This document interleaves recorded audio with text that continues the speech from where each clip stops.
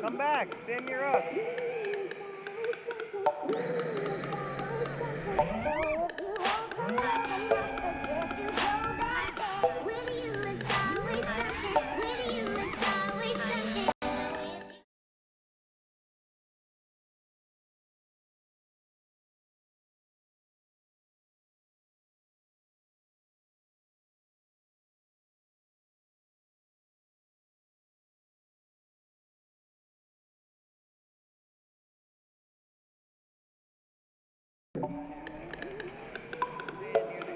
Come back, stand near us.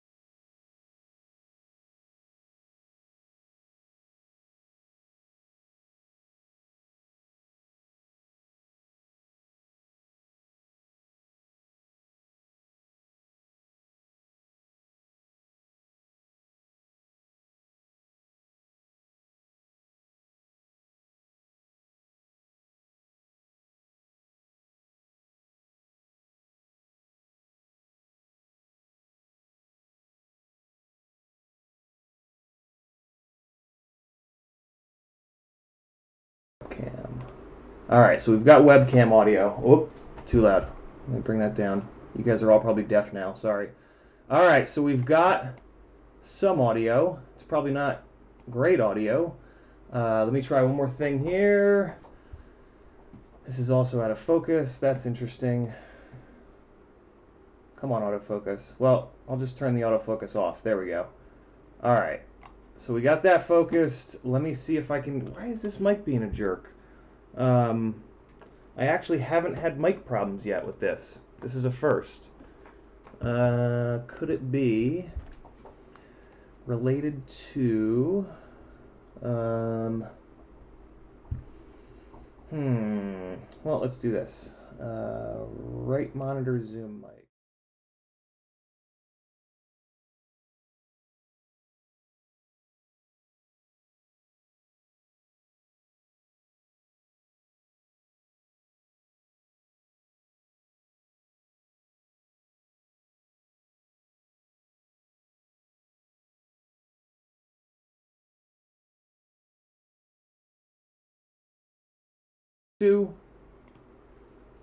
Alright, we might just need to use the webcam mic this time. How bad is it? How bad is this webcam mic compared to the normal Don King microphone we got here? Are the batteries dead maybe? It shouldn't. It should be pulling power off of USB. The batteries are not dead. Do I need to have it switched on maybe? No, that's not it. Man, this is super annoying. Let me give this 60 more seconds of futzing, and then we will just give up. Just don't sing, Aikon AK says. Alright, so input, let's go back here to digital in. That's the way it's usually set up. And line in. Put it over to line in. Let's try one more thing. Thanks for hanging on, everybody, while I screw around with this. I hope it's just this old ass tower that's being replaced by a laptop that I was working on new laptop that I've got, because pretty much every time I turn on OBS, it's a complete crapshoot as to whether or not either the audio or the webcam are going to work properly. And it's super annoying, but I've heard from lots of people that OBS is just kind of like that. So, yeah, and it's not monitor off, monitor on. What if I turn monitor and output on? Will that fix anything? I doubt it. Just try one more thing here.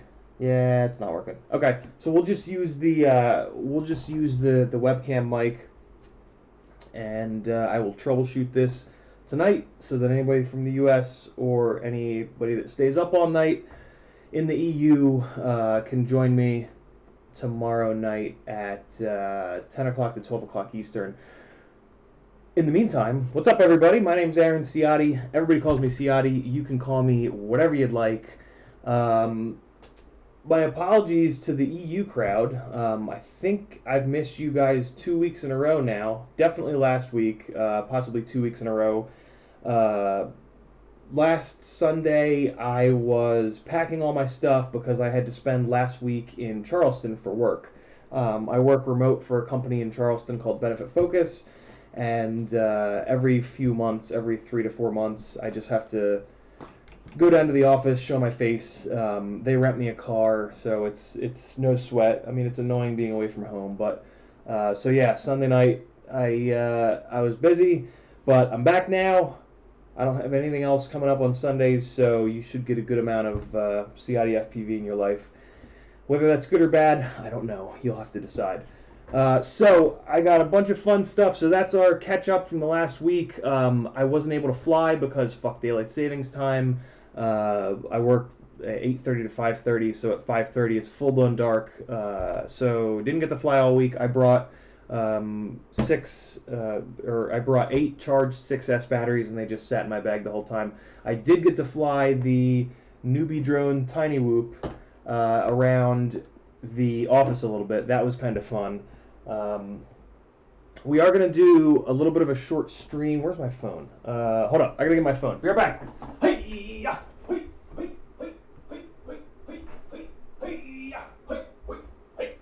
All right, I'm back. We're going to do a little bit of a short stream because, yeah, high-powered businessman.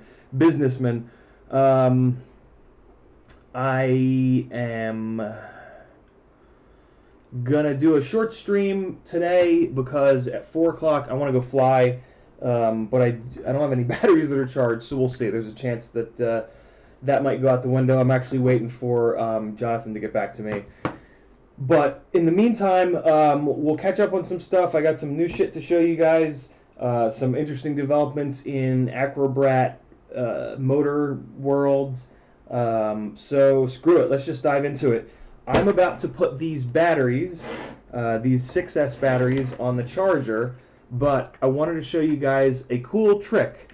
If you have and for the record, hey, thanks Supercell. I'm going to get to that question as soon as I explain this.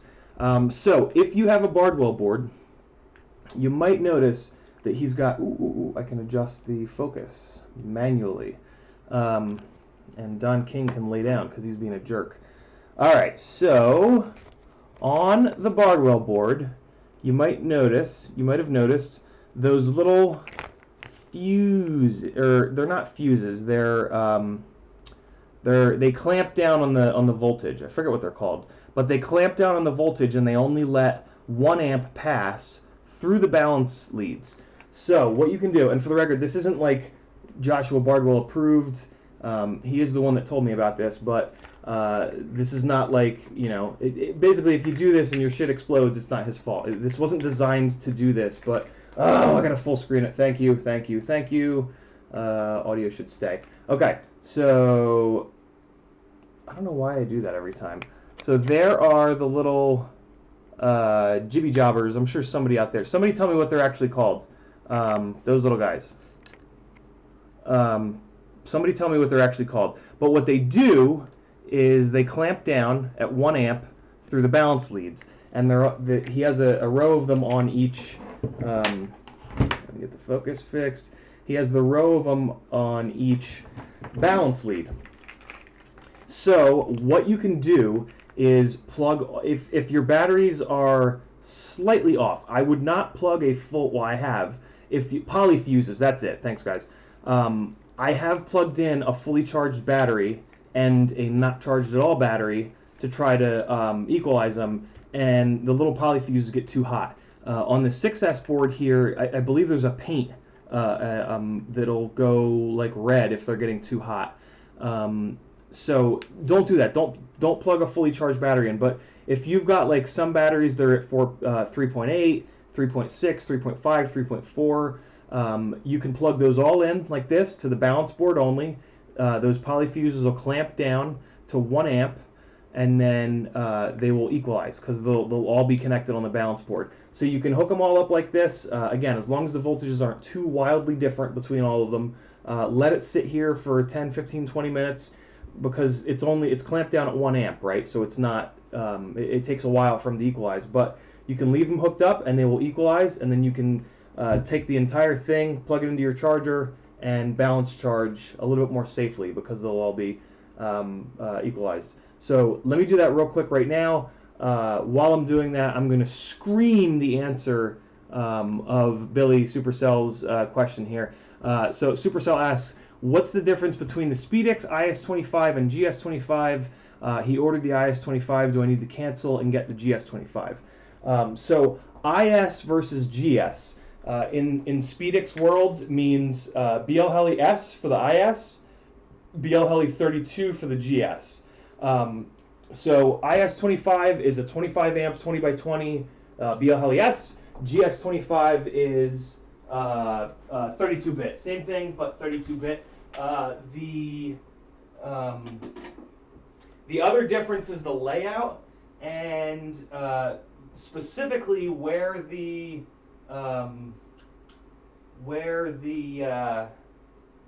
oh my brain.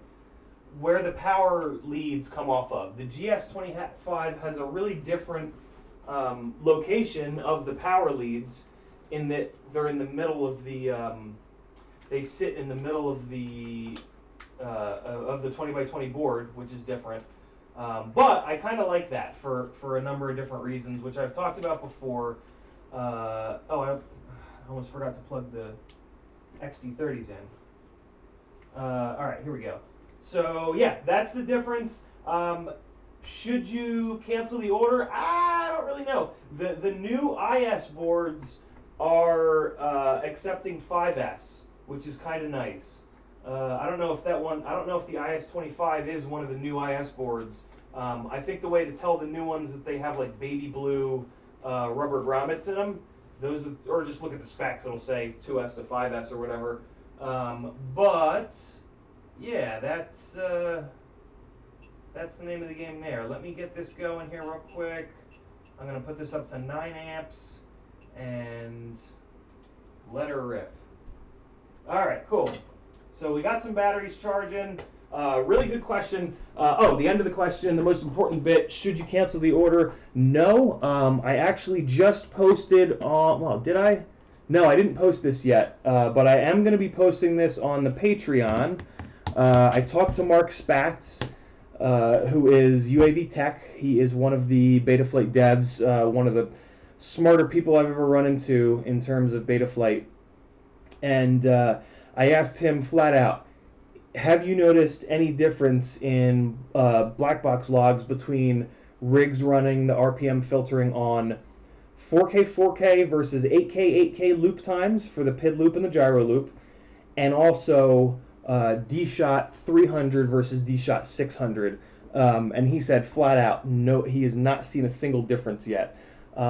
So what that means is maybe there'll be a difference down the road, but as of right now, and my God, the performance of the RPM filters is so damn good. Hell, I've got a rig that's struggling to run 4K 4K D-Shot 300, but it's still phenomenal. So yeah, it's really, really interesting that there's not a huge difference, which we keep going back to the whole, hey, Flyduino runs on 1K and works really well, so do we really need 2K, 3K, 4K, or not 3K, 2K, 4K, 8K? So, yeah, there's that. I don't think you should cancel it, Billy. Keep it rolling. Get the Joe Lucid firmware on there. It's $5.60 or something like that. And according to Mark Spatz, it'll perform just as well as the GS25, and you'll have the 5S capability, which is pretty slick. I know that Supercell just got the crate, the CineBrat crate in, and so the T motors that came with that are 3800 kV. That might be really nice on 5S.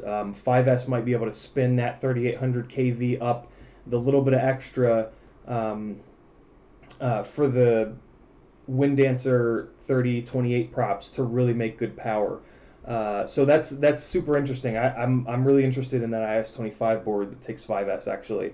So there we go. Let's give some shout outs here to everybody that's cool enough to come by. We've got Nabi in the house, who just told me how to pronounce his name, which is awesome. I was pronouncing it Nabi. It's actually Nabi.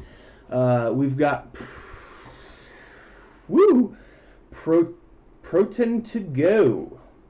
Protintego with a cool question. What's a CineBrat? Please don't tell me there's another one coming from the V2 Duo I just ordered. No, but what I'm calling a CineBrat is just going to be my AcroBrat with a GoPro holder up on top, and then I'm going to get the Stan FPV prop guards. Stan FPV makes bolt-on, I believe they're TPU, really nice prop guards for this guy. So basically what's happening is I've now tested, alright, so we're going to go on a tangent here, but this is a tangent you guys want to know about. We've talked about it before, but anybody that's new, this is kind of important. So the AcroBrat is my favorite of the freestyle rigs that really solves the issue of a lot of these split cameras having a really tough time with jello. Micros vibrate more than 5-inch rigs, and the filtering is just now, with RPM filtering, starting to catch up and be good enough for the micros to produce somewhat smooth video. These Zing 1507s and the T-Motor 1507s are smooth enough motors where on an AcroBrat with the clean dirty setup, the footage coming out of the split is beautiful. There's not jello. It's just really, really nice. But we've now come to the point where, so 1507 is a big motor. That's a fairly heavy motor. I think they're 16, 17 grams each, which is a lot for a micro. The rest of the rig has to be a little bit heavier because of the clean dirty system, although this is still a pretty light rig. All things considered, for this to have the clean dirty system, I think it's a 50-gram rig. That's pretty damn good. But and this is just my opinion, and this is the way that I fly, which is crashing a lot. So if you don't crash a lot, or if you fly over the grass a lot of this isn't going to apply one-to-one to you. People that fly over concrete and slam a lot, you're who I'm talking to. The AcroBrat is 250 to 270 grams, depending on the battery, when you've got these 1507 motors on it. Flies beautiful. The flight experience is incredible. But these motors, well, all micro motors, other than the Emax 1606s, which I might go back to. Oh, and the Sunny Sky 1408s. Other than those two, all these micro motors have 2mm motor shafts. And this has been a problem that I've been screaming from the rooftops about for a long time. And at this weight, at this 250, 260, 270, 280 grams weight, when you slam and you hit, basically if you hit in any sort of orientation where a lot of the force is going up into the top of the motor bell here, that tends to be enough force to bend the motor shaft. I bent one of these Zings on the second battery that I flew. I bent one of the T-motors on the first battery that I flew, and I bent another T-motor after a bunch of flights, but I was flying to tune it. I wasn't really flying hard. So basically, I've blown up 3 motors on crashes that are pretty normal for me. So right now, for me, I'm not going to have a freestyle acrobrat until there's a motor with a 2.5 mil motor shaft or 3 mil motor shaft and bearings that can hold up to the abuse.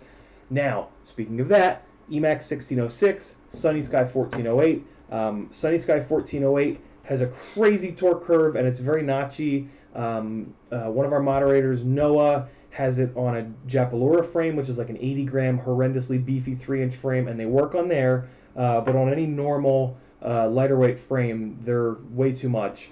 The Emax 1606s are fantastic. The feel of them is beautiful. They are a little bit heavy, but they do have a 3 mil motor shaft. So the motor shaft is strong enough, but unfortunately what Emax didn't do was increase the size of the outer race of the bearing. And what that means is, so you've got the inner race of the bearing, which is where the actual shaft goes, in there, right in the middle. And then the outer race of the bearing is the outside dimension of the bearing. Well, what Emax did is they didn't change the outside dimension, and they changed the inside dimension to be 3 mil, so the tiny little balls in the bearing had to become tiny. And when that happens, when the balls get too small, any kind of a slam, and there's a really sharp pressure point on the little balls, and they just dig into the race and ruin it. The bearing just gets ruined, right? So my experience with the 1606s in like the 5 or 6 months that I ran them was that on the same sort of crashes, not a hard hit, the bearings blow up. So we need to. I'm not going to fly a freestyle acrobrat until we have something in the middle there, something with either the same size. So the outer dimension of the bearing is very dependent on the stator, right? You can't just make the outside of the bearing bigger if you don't have enough room for the windings on the stator poles. So I understand that it is, it's not as easy as just, make it bigger. But until somebody figures this out, and until there's either a 2.5-inch, 2.5 millimeter motor shaft, 1407, 1507, 1406, 1506, 1505, maybe even, or a 3 millimeter shaft micromotor with bigger bearings that have a bigger outer dimension, I'm just not going to have a heavyweight freestyle rig because I'm just going to break the shit out of motors constantly. So that's the long answer to the short question of what the hell CineBrat is, and that's my plan for this moving forward. I'm going to pull the run cam split out, move the standard FPV camera, which I have a Sparrow in here, run cam Sparrow V2 micro. I'll take the split boards out of there, move the Sparrow up to the regular mounting point. Put the for now I have a session mount. I'm going to put that on. In the long run, this is going to get a Hero 6, and then I can start screwing around with Real Steady Go, which will be interesting. So I'll get a Hero mount for this guy, 15-degree Hero mount. What I don't know, I have a funny feeling that the Hero mount is going to pick up the prop guards. So I might have to screw around with some things to keep those prop guards out of view, but I'll figure it out. So that's the future of the acrobrat. Like I said, if you don't crash on concrete super hard all the time, my approach to this rig is not for you. You'll be totally fine. You'll get the best possible footage out of an acrobrat with either one of these 1507s, the T-motors or the Zings. So there we go. That takes care of a question and half of what this stream is about. Let's give some more shout outs. KTMJ is up in the house. Houseblog is here. Jojo4 is here. Kirk Rollins. Daniel Tapinier. Justina's FPV is in the house. Griffin FPV. Bad Habit FPV. Supercell, of course, up in here. Orion is here. Who else do we have? I'm going to start repeating now. Derpa, derpa, derpa. Houseblog talking to Nabi. Got that rebuilt quad up on the Zing 22.8 2450s. Yeah, I've heard that about the Zings. My buddy Brad has 2 identical rigs. One is on the Zing 2306s, the other is on the Steel Stout 1750s, and he said there's a big difference in runtime. Not much of a difference in power, but a big difference in runtime. More than likely, what that is due to is a bigger air gap on the Zings. So the air gap is basically the amount of space between the magnets on the bell and the outside of the stator poles on the stator itself. When you close the air gap up and make it a really tight air gap, you get better efficiency and better power, but if you bend the motor bell even a little bit, the magnets will rub against the stator and the motor's ruined. So what I know from 2 weekends ago flying with Brad here is that the Zing motors are incredibly durable. So I'll bet that they increased the air gap, which got them a little bit more durability, which is a great thing. But that comes with the penalty of less efficiency and a little bit less power. So there you go. That's one of the balances that you have to make with your flying style when you choose your motors, and that's one of the things that makes this hobby such a pain in the ass, is that it's hard to get this kind of tech. Like getting durability feedback is very hard because everybody's idea of durability is totally different, right? It's a very subjective thing. I might think something is not durable at all. You might think it's super durable just because we fly different, we crash at different speeds, we crash on different materials, blah, blah, blah, blah, blah. So there we go. Let's hit the rest of these. Squints TV is here. Kyle K is here. Stan Rowland is speaking another language. I believe it's Spanish. Jack Mercer finally made it to the stream. Good to have you, Jack. Richard Warwick is here. I think I'm starting to repeat. Bernat Rosello is here. He says, awesome looking spot. Yeah, that's sad. That spot no longer exists. That's a spot called No Kart. It was an old go-kart track that went abandoned, that the old school Atlanta crew have been flying for years. I consider myself very lucky that I got to fly it on that time because it is now ripped down. They jackhammered all that concrete up and they're going to build something on that spot. So kind of sucks, but at least I got to fly it. And it's like one of those, epic Atlanta spots. All right. Okay.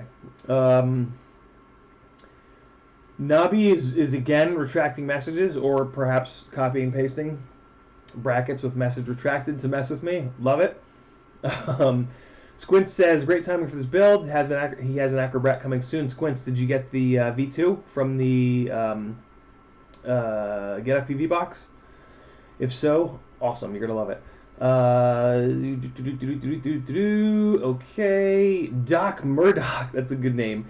Says, just about time to do a Ken Heron on that webcam. Just beat it into submission. Mongo says, on the phone and ready, lol. Mongo FPV is here. There's Bernard again. Pile of Carbon says, hi from Mordor. I mean, muddy and cold as fuck Sweden. Oh, man. Jack Mercer, you Kebab and Nick Burns, my favorite micro content by Clean Mile. Thank you, Jack. Very cool of you to say. If you want more of my stuff, I got lots of fun shit over on Patreon. I basically use the Patreon as like a spot to put the interesting stuff that I find out when I'm floating around Facebook, which admittedly tends to be on the more confusing side of things. I have been in the world of micros for a long time trying to figure out how to make them fly as close as possible to a 5-inch rig, capture video that's the same quality or at least somewhere near that quality, jitter free, how to tune them so that the tune is as good as as good as it can be and as close to a 5-inch as possible.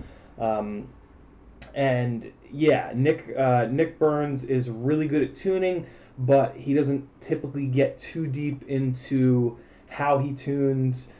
So I kind of try to bridge that gap and bring you guys my thought process on tuning. And yeah, I hope for some of you guys that's kind of what you're looking to do as well, because quite frankly, if we can get, and I think I'm right there, I think I'm very close to being able to do this, but if we can get a 180, 190, 200 gram micro to collect 2.7K footage that's Jello free, that looks really good in a package like this, we can do some wild shit very safely. Um, I'm going to try to do that this Christmas. My wife Kristen and I were actually talking about it last night. We're doing Christmas here by ourselves. We might have a little Christmas party, but we're doing it here. We're not doing any family stuff for Christmas this year. You know, we've got our little family, me, her, and Harry Potter, the world's most expensive kitten. So yeah, we're doing Christmas here, and we talked about that on Christmas morning. We're gonna go down to Atlanta when everything is empty and just go ham. And I want to do most of that ham going with this. Although, admittedly, I will probably pull the. Maybe I'll leave this session on this and put it to the top of a building and dive it down, because it's. I still think an CineBrat, even with a session, is not really going to do much damage. But the majority of what I want to be doing on Christmas Day is with this little guy, just so that, God forbid, if I do come down a 100-story building and it fail-safes and smacks into a car, it's not going to kill anyone, or, you know, whatever. So yeah, there we go. The plan with this guy, I actually I forgot to put it on the order. I'm good. So you guys might remember, you might not. The last time we were working on this, we realized that it's going to be impossible to squeeze this F7. The layout of the USB port, and there's a 5-volt regulator, and there's a the header for the motor signal pins. Those things are laid out in a way on this board where I cannot fit it under 25 mil standoffs. So my solution is to get, especially, and this is why I was asking Mark Spatz about if there's any performance difference between 4K, 4K, 8K, 8K, D-Shot 300, D-Shot 600. I've got an F4 Talon board coming, which is MPU 6000, and it's an F4 processor, and so I'll run that at 4K, 4K, 300, and according to Mark, I will not be sacrificing any performance over this F7 flight controller. I think I might just skip F7 on the micros, and then when they go to H7, maybe I'll come back and see if the MPU 6000 H7 Talon board, which I'm sure they'll make, is laid out in a way that will work on this rig. And as insane as it is, we're actually only 1 millimeter off, but that is just enough. That 1 millimeter is is the difference between the flight controller rubbing against the battery strap versus well, yeah, that's why the extra millimeter that this flight controller takes up because of its layout is the millimeter that I need for the battery strap. This at this point is so close to the top plate that I can't really run a battery strap, and this frame is very compact. So I mean, that's kind of the problem, right? Like when we get into these really tight builds, the toothpick is even a worse scenario because it's even smaller. But on these tight little builds, you can have situations where you just kind of run out of space, and that's this case. But the F4 version of this flight controller, the one side of the board, so what they basically did is they put all the tall shit on one side of the board and then all the short stuff on the other side of the board. So that'll let me drop this down 1 extra millimeter closer to the ESC, and then I'll be able to run everything on these 25 mil standoffs. The reason I'm hell-bent on these 25 mil standoffs is that when I put this thing all together and I put the 4S450 battery on it, strapped down, everything, if I run a fishing line, other camera, you dummy, other camera. When I run a fishing line around the front standoff all the way up at the top here, this thing hangs perfectly vertical. And what that means is that I've found the center of gravity, the top to bottom center of gravity. And also when you look at the prop line, that's pretty much right where the prop line is. It's a little bit above the prop line, but it's as close as I can get it to the prop line. The other solution to this problem, if I wanted to keep this flight controller, would be to go to 28 millimeter standoffs. That's going to push the center of gravity up even farther, and that's going to push the center of gravity up even farther and farther away from the prop line, which is not a good thing. So 25, basically on a micro of this style, a 25 millimeter standoff is the highest that I'm willing to run because of the center of gravity problems. I would really rather run a 23mm standoff, but the Tarsier board is a double stack. If I were to put, this is so annoying, if I were to put a Runcam hybrid in here, that's got the single board, but the Runcam hybrid camera is too tall. This Tarsier camera is 19mm wide and 20mm tall, and with camera angle dialed in here, that just barely, as you can see, right, that just barely clears this top plate. The Runcam hybrid camera, I don't think will clear the top plate on these 25mm standoffs. I think I would have to go to 28mm standoffs, at which point we're going backwards, right? So I really need, I need either Caddx to make a Tarsier V3 with a single board, or Runcam to make a camera that's not quite as tall. Although I don't know, now that I look at this, I do have a little bit of a gap. I didn't notice this until just now. See, there's a little gap below the camera. I thought I had this camera like really, it's hard to see, but there is a gap below this camera, so maybe I need to just, I guess I need to get it. See, but that's the thing, right? It's a 24mm tall camera. There's no way that when I start tilting it, that it's not going to become taller, and these are 25mm standoffs. So like, I really don't feel like I'm going to get much. I guess I need to try it at least. Yeah, I guess I need to try it. So I guess instead of a, I literally just figured this out now with you guys. Yeah, I guess I need to get, so I was going to get another, a Tarsier V2, but I guess I should get a hybrid instead to see if it'll fit. So this rig will be the Tarsier rig. I've been meaning to build another one of these. I'll build that with the hybrid. And I'll probably buy the hybrid with Supercell's donation above. Thanks, brother. You hooked up the whole stream. We can do an awesome head-to-head comparison. I don't think I've seen any real head-to-head comparisons with like just a lot of hard flying and edited footage. So that's what I'll try to do. Tommy and Albert, it was awesome to see Tommy fly these cameras. It's just nice to see what a really skilled pilot can do with a micro and with the smaller camera options.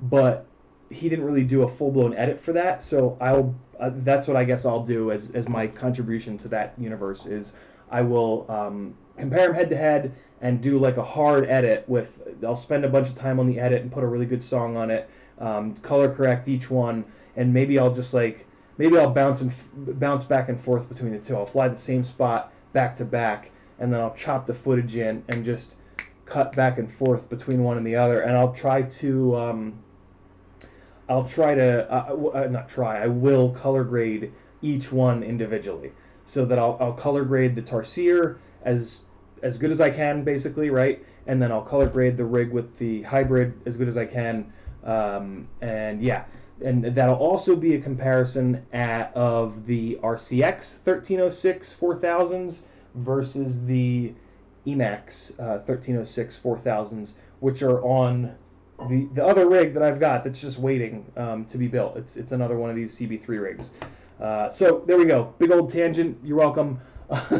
Anybody that's still coming to hang out must love the tangents because I go off on them pretty much constantly. Let's jump back over here. That was a big long tangent explaining what I do on the Patreon. Any of the tiers here give you the same thing: $3, $5, $10, $20, $42.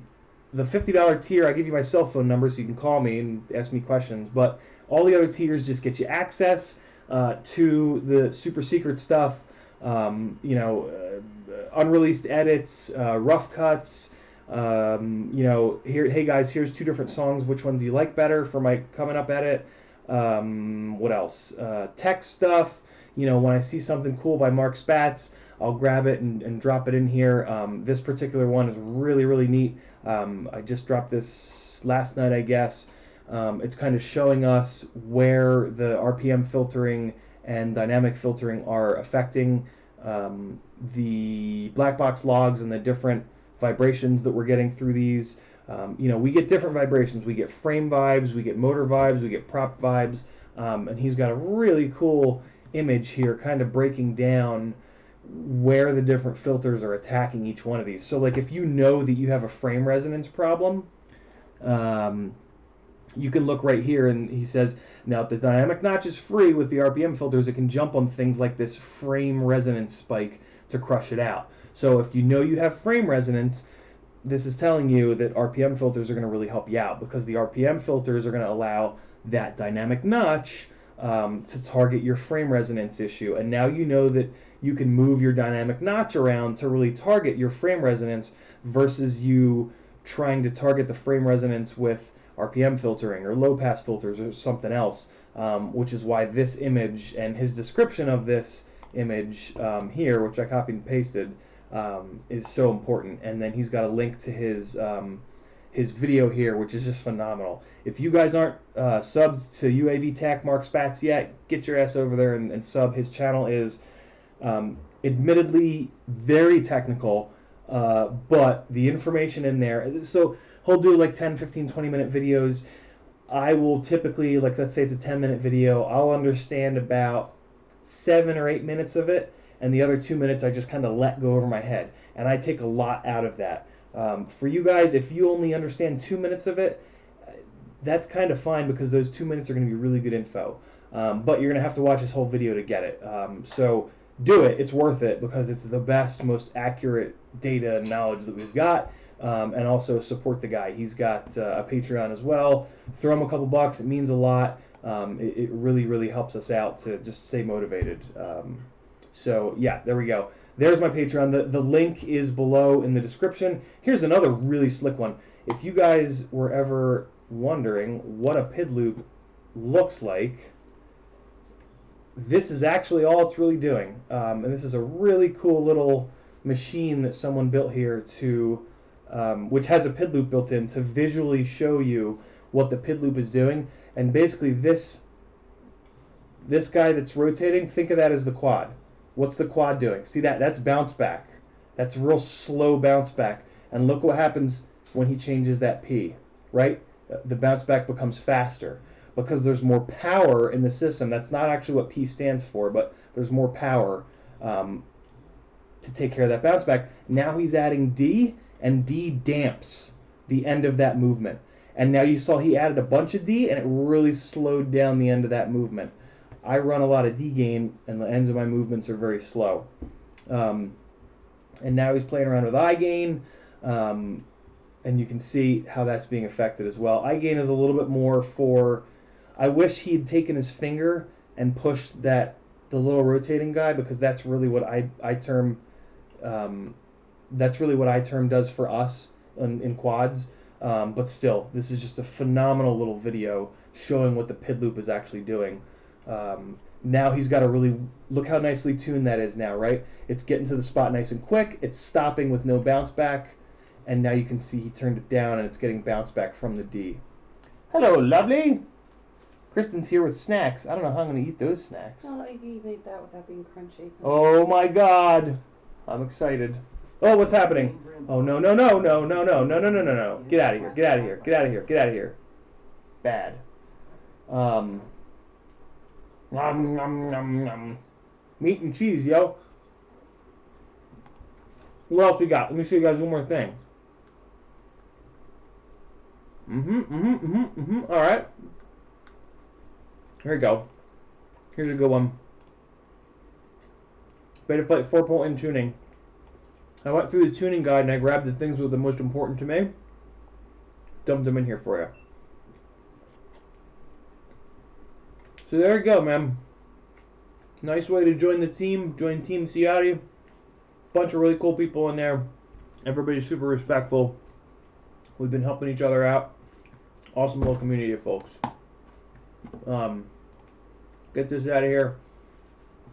This image here is being called the best still photo of the Earth ever shot. For those of you who don't know, I have a background in photography. That was like one of my main hobbies when I was into cars before FPV. So I really appreciate this stuff. This photographer figured out the path of the total eclipse and figured out a flight that would be in the air at the exact right time. The flight was from like Portland to LA or something like that. He explained to the flight attendants what he was doing. They told the pilot.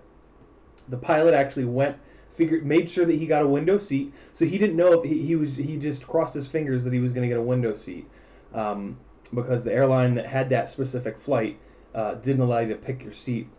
Once the pilot was told by the flight attendants what he was doing, the pilot made sure he got a window seat, figured out which window seat that was, and went outside and cleaned the outside of the window for him so he could get such a nice image.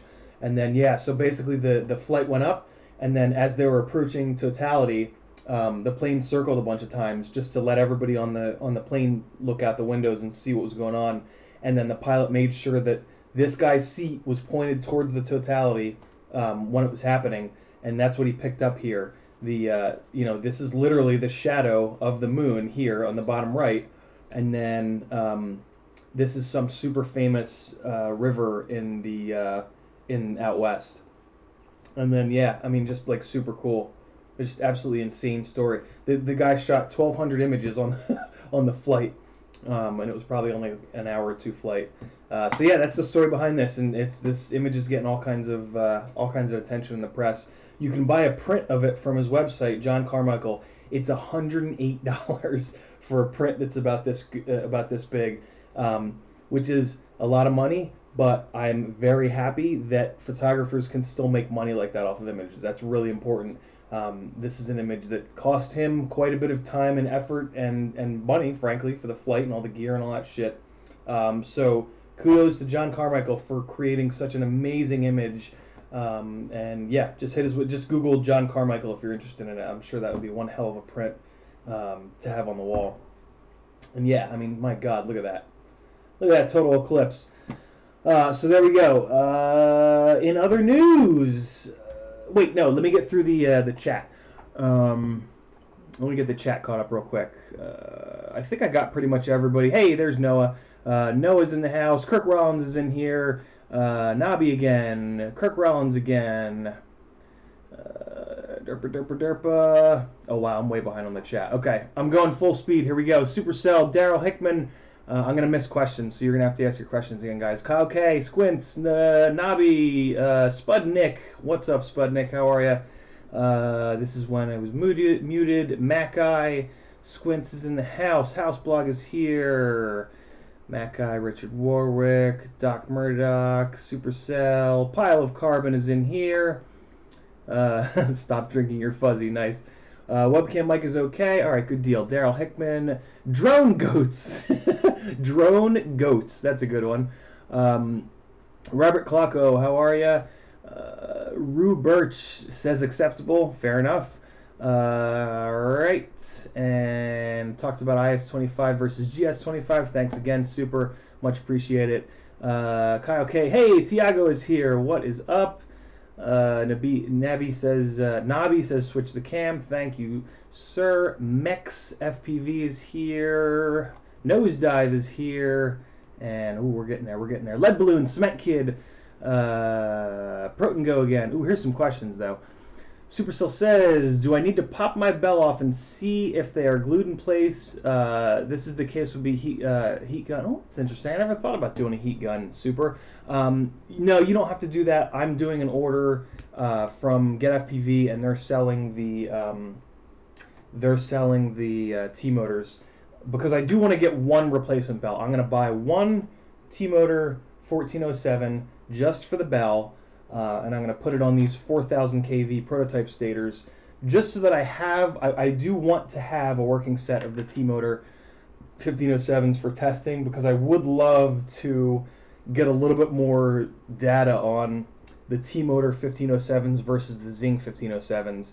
I only got to fly 1.5 batteries on the Zings before I broke this one, bent the motor shaft on this one here. So yeah, I am... And on that stator, on that 3800 kV stator for the T-motor, I will try to bash the bearings out, and that's an awesome idea, Super. I have a culinary torch that I will use to heat up. I can't believe I never thought of this. I'll actually try it on. No, I won't try it on one of the. Do I have one of these where I broke the bearing? Nah, I'll try it on the 3800 kV stator because I want to maintain these 4000 kV stators. But yeah, I'll get the bearing nice and hot and see if then I can smash it out. It's a really good idea. All right. Spudnik says, I want to try those Zing 1507 on a 4-inch America. I know it's a racing frame, but CMW has a TPU canopy. Well, that's cool. They can run hold a run cam split. Curious to see how it flies. As am I, Spud. Let us know. Derpa. Okay. Mex. Brian Ladmiral says, just threw you up on the 70-inch. That's a whole lot of Ciati. Oh, here, let me bring it back. Speaking of. All right, there we go. Ben Watkins has me up on 106. That's... I hope there's no children in the room. Stan Rowland says, do 3-inch quads generally require higher or lower PIDs versus a 5-inch? Amazing question, Stan. It all depends on your powertrain on the micro. It's all about the power to weight ratio. If you've got the power to weight ratio of a 5-inch, you might actually need to lower the PIDs because everything is so much lighter. You might be able to just leave them right in the middle and they'll be fine. If you've got a rig that has a lower power to weight ratio, like a tiny whoop, for example, you're probably going to have to jack the PIDs up. All of that being said, the stock PIDs on 4.1 with the RPM filtering turned on are phenomenal. At this point, I'm adding like 10-15 points of P, about the same amount of D gain, and good to go. There's a couple other things that I am doing to push the tune a little bit farther, but to be quite honest, doing what I just said will get you a rig that is so locked in that you can fly home on like 2 out of 3 props, or 2 out of 3 blades on 1 prop, and you'll be totally fine. So there you go. All right, I think we're getting there. Do4 FPV, DU4 FPV. Don't need a strap. I'm gonna grip it. Please don't. I know Tommy has a video of only using the grip to hold the battery on, but that was just for fun. I think most of you guys know it, but I've had actually a couple of people say to me, "Hey man, I know you say you like grip, but it's not holding my batteries on. I'm gonna have to go back to battery straps." And I'm like, "Oh God, no!" Yeah, Tommy said in the video, like, this is just for fun. Don't do this. So definitely don't do that. But do run grip because grip and a battery strap are hilariously good. You will just never throw a battery again. All right, I think we're good. Do4 FPV asked that good question. Lead balloon is here. 1mm washer on your standoffs are 26mm. That's true, lead balloon. That is very true. But like I said, the CG is actually already too high, because the prop line is down here. So basically 25 is where I'm just cutting it off. Like, especially because there's no performance difference and because I want this flight controller for a 5-inch rig. My 5-inch glide builds are now in a place where I want to for the most part they're using all the same gear, but some of them have like random flight controllers in them, and yeah, I just want them all unified. I want them all on F7 Talon flight controllers up in the front, 30x30 Aikon 35 amp in the middle, Tramp and Crossfire Nano in the rear, T-Motor F40 Pro 2 1600 kV motors, and T-Motor 5143 props.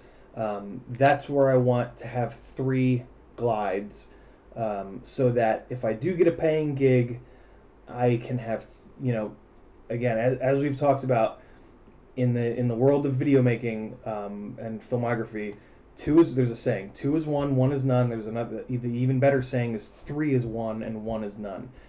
You gotta have 3 rigs if you want to always absolutely be certain that one of them is going to work. And if you're getting hired to go out on a shoot and they're relying on you, having just 1 rig is insane. Having 2 rigs is kind of the same thing as just having 1 rig, which is insane.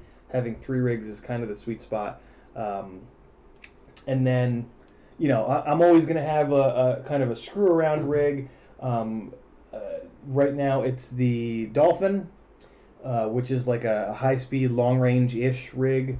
And then I've got a really cheapo thrown together flow ride, Bob Rugi's first frame. Just for shits and giggles, it's on this weirdo all-in-one flight controller ESC that I got for like $30. It's like $120 build all in. Again, just for funsies. So yeah, there you go. There's another tangent for you guys. Since you know I haven't done them constantly, it's 4 o'clock. So shit. Okay, let's see what we can get done. And what's it look like outside? It's still light out. I can still get a couple batteries in. Okay. Almost caught up on the chat. Buy 28, make them 26. Kyle says, yeah, it's true. I want 25 to be my cutoff. I'm actually really excited now that I think that hybrid cam might work. I'm really excited to build the other one on 25 mil. On 23 mil standoffs. I might be able to feel a difference. I have a feeling I might. I know 3 millimeters doesn't seem like a lot, but I think center of gravity on the prop line is much more important than we give it credit. So yeah, there we go. Do4FPV says I had the 1306 4000 kV Emax on an XJB 145 and I dove with the session and it had no clue it was on it. I think what you're saying is you flew it with the session and it was fine. It had plenty of thrust, which is awesome. That's good to hear. I don't know if I would ever do that on the 1306s, but it's good to know that they could. That might be interesting for a lightweight acrobrat. That would bring the acrobrat down below 250 grams. Kyle K says autoplay is on CID FPV. What do you mean, Kyle? I don't know what you mean. Colho FPV says, so does the RPM notch not give a big hit in latency? So it does, but the point of it is that you can turn some of the other filtering off. The RPM filtering by itself, if you just turn that on, you leave all the other filtering on, absolutely, you'll take a hit in latency. But the whole point and the purpose of the RPM filter is that it is much more targeted in the way that it filters. So if you turn the RPM filtering on, and on the Patreon at the link below, I've got an article on the best possible way to do this. Mark Spatz has a 15-20 minute video about it. I broke it out into 5 bullet points to make everybody's lives easier. But you can turn the RPM filtering on. There's a couple little changes that you can make first to the RPM filter to make it even more targeted, and then you can start bringing the other filtering down. The more dumb or broad filters, you can start to really reduce them a lot. And in the end, your total latency is going to go down quite a bit. And that's what, basically, if you want more tech on exactly how we're doing that you want to watch Mark Spatz's video. If you just want to do it and have something that flies absolutely ridiculous, pay $3 a month for my Patreon, hit the article, and put it on there, and hell, screenshot the article, and you're whatever, you have it forever. But at least just go check it out, see if you want to hang out on Patreon. It's fun. Everybody's been having a really good time in there. I don't know why, but hey, what am I going to say?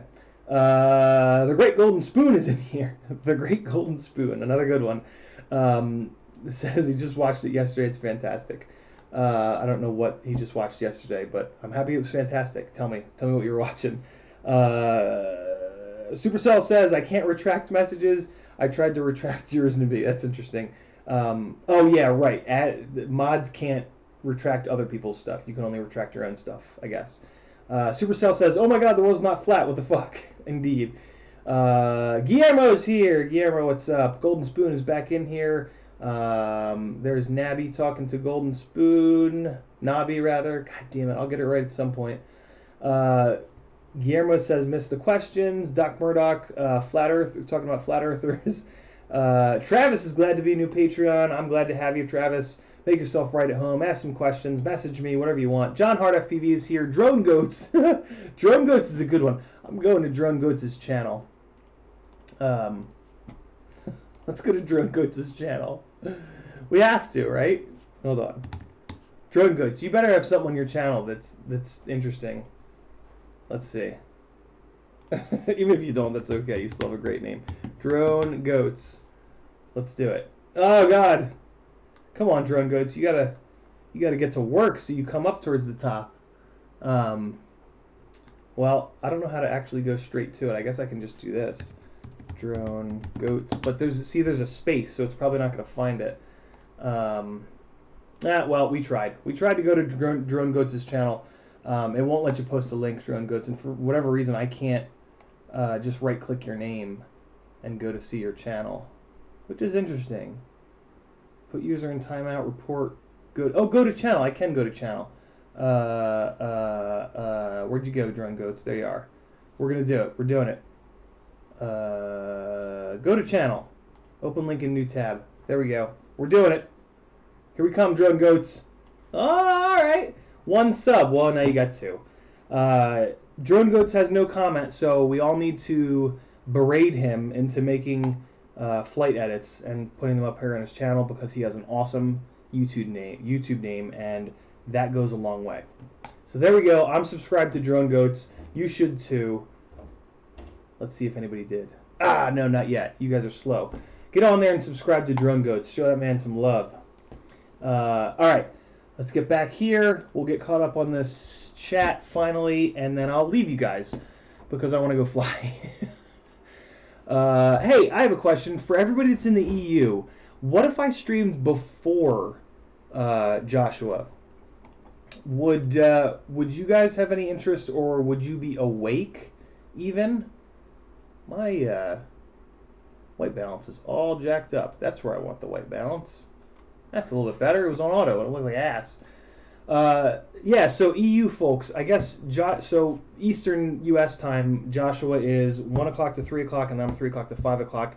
3 o'clock to 5 o'clock is now become golden hour. So I want to be able to fly from 3 to 5:30. So what if I did 11 to 1? I'll try that next Sunday, I think. 11 to 1. I'll be on before Joshua, and then maybe I'll just pop in for half an hour after him just to say, hey, anybody that's in here, for the record, next week I'm going before Joshua, just so that people don't think I vanished. At some point, I'll get a little monitor so I can bring you guys with me, and I'll just point my phone at the little monitor. But that'll eat up a ton of our data, and our data plan has been weird lately. I don't know. We'll see. What else do we have? Oh, the one thing I did want to mention, that you guys are talking about the heating up the bearings to get them out. The reason I probably didn't think about heating them up is because it's actually really bad to get these bearings hot. When you get them hot, the lube in there wants to like get out, basically. So I don't know if I would. I don't think I want to heat these up using a soldering iron. I saw somebody mention a soldering iron. I feel like that would put too much heat on the inner race directly into the balls where all that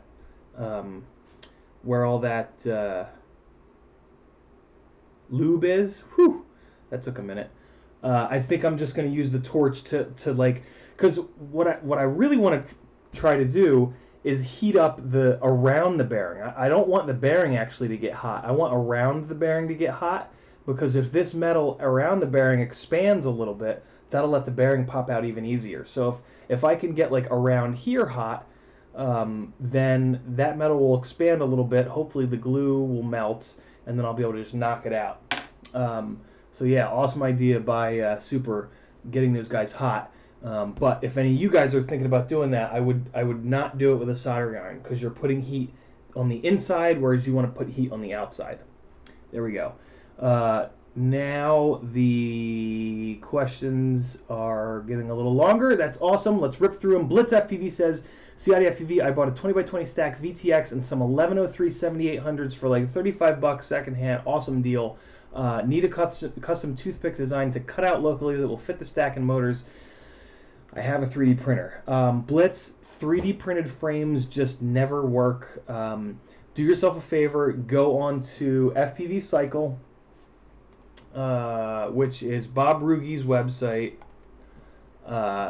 Get on here to fpvcycle.com and stalk his toothpick frame because it's the one that you want, and he's the one that did the majority of the work on the toothpick class stuff. So not only is it better because it has more R&D in it, but you're supporting the person that's actually spent the time and effort and money to figure this shit out from the jump. So yeah, get one of his TP3 frames. It's well worth it. They're better built than the other ones out there, and he's even got a removable arm version here, which is pretty slick. So yeah, get your toothpick frame from Bob. It's worth the wait. Looks like they're sold out now, but he's working his ass off to try to get them back in stock for all of us. I will be following suit and doing a toothpick build at some point here as well. Great question though, Blitz, and great deal that you got on that stuff. That's pretty sick. Right, Proton to go. What? Give me a phonetic of your name. Is it phonetic? Yeah, phonetic. Give me a phonetic of what your name is. Prottentento. I feel like TOGO is supposed to be to go, and then is it Proton to go? Proton to go? I'm interested. Okay, says Drone Goats, get cracking. Yeah, Drone Goats, we're gonna beat you into submission until you put some edits up, man. Derpa. Okay, EU should be awake earlier. Okay, cool. And Richard Warwick says it's 9 p.m. in the UK now. Okay, yeah, so I think earlier would work. Pappy Rocks is in the house. I would be less likely to watch you before Bardwell, just FYI. I agree, and that's what I'm kind of afraid of with the whole 11 to 1 thing. But we'll give it a shot. If nobody shows up, maybe I'll switch back. I don't know. And then of course I stream tomorrow night from 10 to 12, which is maybe too late for you. Maybe Monday night I go before Bardwell, but I think that's probably really late for you guys. That would be 6 to 8 on Monday nights. That's probably really late in the UK. It's probably like midnight, 1 a.m. I don't know. We'll figure it out. We'll play around with it. Mech says it's 22:08 here in the Netherlands. 22 minus 2, so that's 10:08. Okay. All right. The Great Golden Spoon says upside down dust off can to freeze. Cold doesn't harm lube or magnets. Very true. That's an interesting idea. Great Golden Spoon. So I mean, I guess that would be like end all be all, right? We would hammer the whole thing, the whole bottom of the stator, with heat from a torch, and then we would try to just blast the bearing with the cold to shrink the bearing up. This is something that they do in cars, in high-end cars. The cylinder heads, which have the valves for the combustion chambers, the base of the valve. So you've got potentially on high performance engines a titanium valve. Titanium is very hot, very hard. Titanium valve that's closing over and over and over again, and the valve seat in here on the cylinder head. The more expensive engines, they will heat the shit out of the cylinder head, and they will cool the shit out of the valve seat, and then they'll have a machine that drops the cooled valve seat into the cylinder head, and then when it expands, it locks itself in there. This way they don't have to try to glue it. It's physically held in there, and then as the cylinder head heats up evenly, they don't want to leave each other, right? Because the valve seat is going to heat up with the cylinder head. So like forever, those guys are bonded there together. Again, that's something you only get on really high-end cars typically, but there it is. Right. Derpa. Who did I skip? What did I skip? Did I skip something? The chat does this thing when I get towards the bottom of the chat where it jumps. So if I skipped anybody, tag at CIDFPV and I will get you. Let me try to wrap this up. It's 4:15. I'm going to try to get out of here by 4:30, throw my shit in a bag, go fly, and then tomorrow night maybe we can look at some cool shit. Let's see. They're all out flying. Who? The crew. Where are they at? I don't know, but they're all out flying. All right. Kristen just told me the crew is out flying. Where you guys at? I haven't gotten to fly with any of them in a while. So yeah, I do want to go out and still be someone that lives here in Atlanta.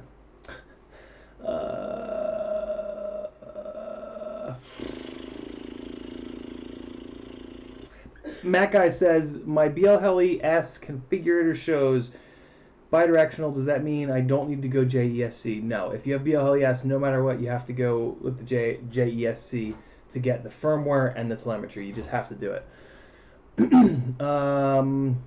Protongo asks, should I cancel my Brat V2 order when I can't crash over concrete with it, which I'll do, or get the motor guards maybe? I already crash motors on my 2.5 inch all the time. Protongo, that's a really good question. The motor guards are not going to help at all. There is nothing that's going to help you with crashing into concrete. I would still get the box because the box is a really good deal, but I would think about selling those motors. Here's the thing, though. It's like, what good is that frame going to do? Here's the other question is, how hard do you slam on concrete? I slam fucking hard. I'm doing shit sideways and backwards and inverted. Like, I slam really hard. So if you don't slam quite that hard, I think you'll be okay. If you do, I don't know. They're $20 per motors. It's not a cheap motor to replace. The RCX motors are like $8, $9, $10 per motor. I don't have a problem replacing them so often. I don't know. I don't know. That is up to you. I've told you what my approach is going to be. Yeah, the motors will catch up. Let's just say that. For sure the motors will catch up. And I might try the 1606s again. My biggest problem with the 1606s was we didn't have RPM filtering, and they shook so damn hard that they would get very hot from the tune.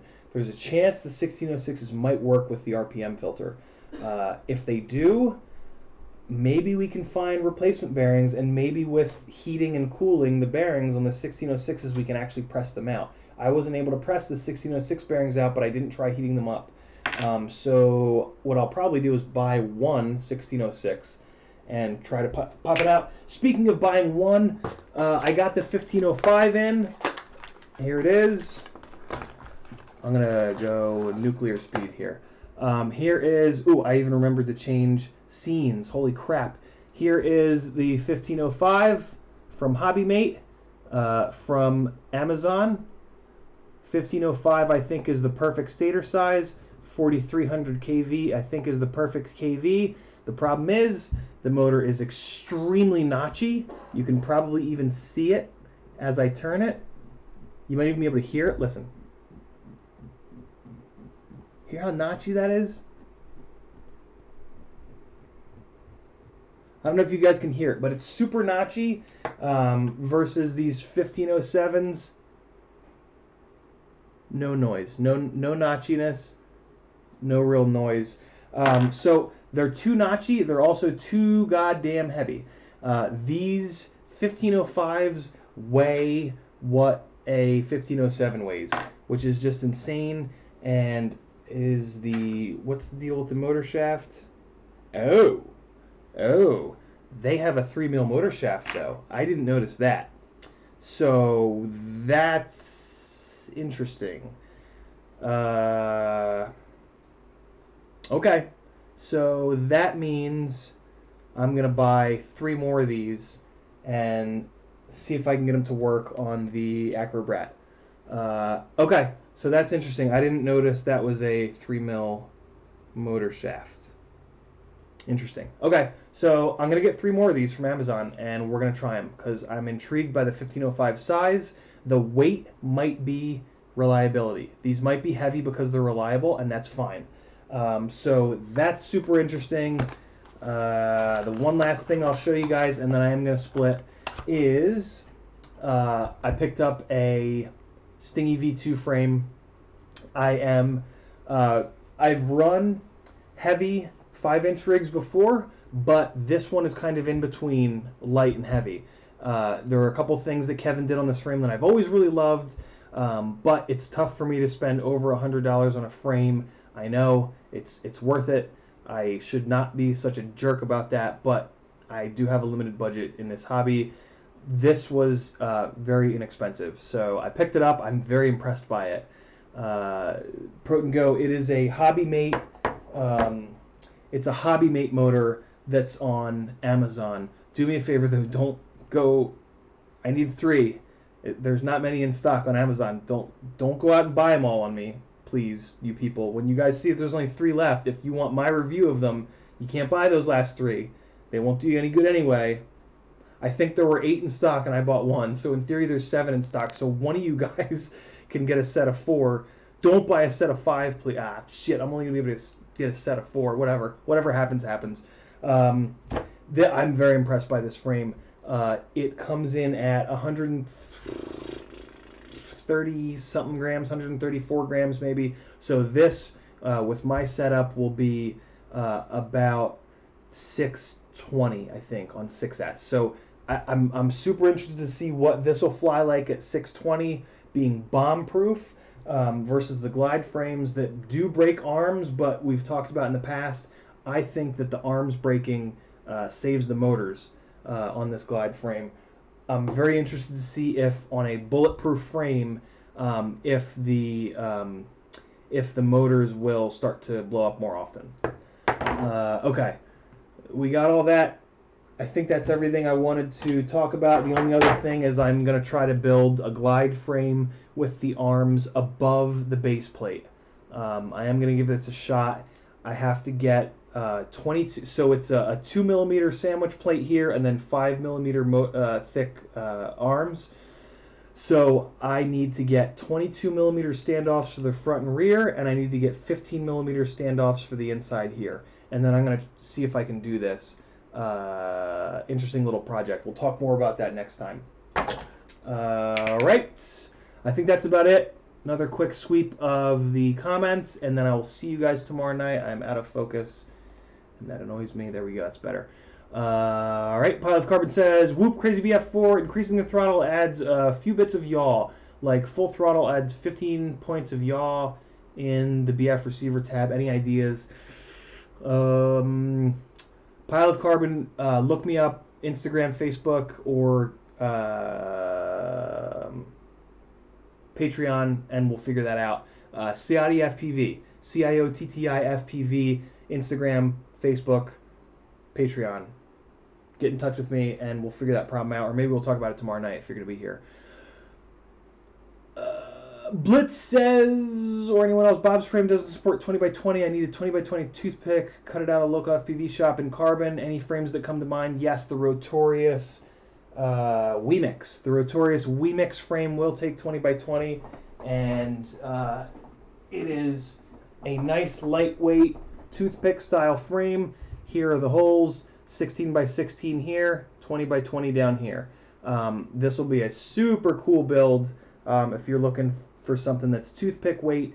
I actually have the components, thanks to Michael, to build one of these. More info on that this week, hopefully. Right. Kyle K says, oh, Kyle K is talking to Mac Guy. Awesome. Thank you, Kyle. Supercell, yeah, when you get that brat going, we will get it tuned, maybe on the stream. We'll figure that out. Buy a set of 5. Spudnik says, buy a set of 5 and give one to Ciotti for review. And then you guys are telling me to go fly. Awesome. I'm going to go do that. Like their Pokemons. Goddamn right, Mac Guy. Awesome. You guys rule. The EU crowd, let me know if you want to try out 11 o'clock to 1 o'clock Eastern prior to Joshua's stream next week. I would schedule the stream so that you guys will get a notification. I'm curious. I'll leave this chat open when I split. It is 4:24. I'm going to get my shit together, eat a little bit of meat and cheese, and go fly. I will see all of you US people or you crazy EU people that want to stay up all night tomorrow night. And cool. You guys rock.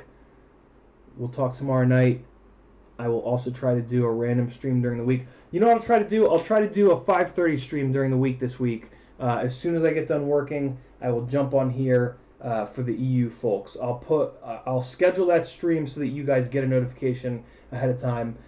Hit my Patreon, hit my affiliate links if you don't mind. If you're doing an order on Banggood or Amazon, if you hit one of the affiliate links and then order anything on there, I get some little percentage of it. I don't know how it works yet because I haven't had many people do it, but those of you that have done it, you're awesome. Thank you very much. I'm interested to see what will actually happen because, as you all know, I put whatever money comes in from that or the super chats or the Patreon or all the things right back into this. More reviews, more shit that we can break and blow up, and here we go. Drone Goats is putting a video up. Awesome. Everybody hit Drone Goats' channel. I want to see him into the double digits of subs. If you click, here it is. Here's how you do it. If you click off on the right here where the little dots are, you can go to channel. So everybody go to Drone Goats' channel. We'll just, for whatever, we'll just bombard him and browbeat him into showing us his flying. Thanks, guys. Let's go full screen again. Full screen. You guys rock. Lots of flying coming. I'm going to head out. I'll talk to you tomorrow. Go out and fly. Take your lunch break tomorrow and go fly because it's too dark afterwards. Later, guys.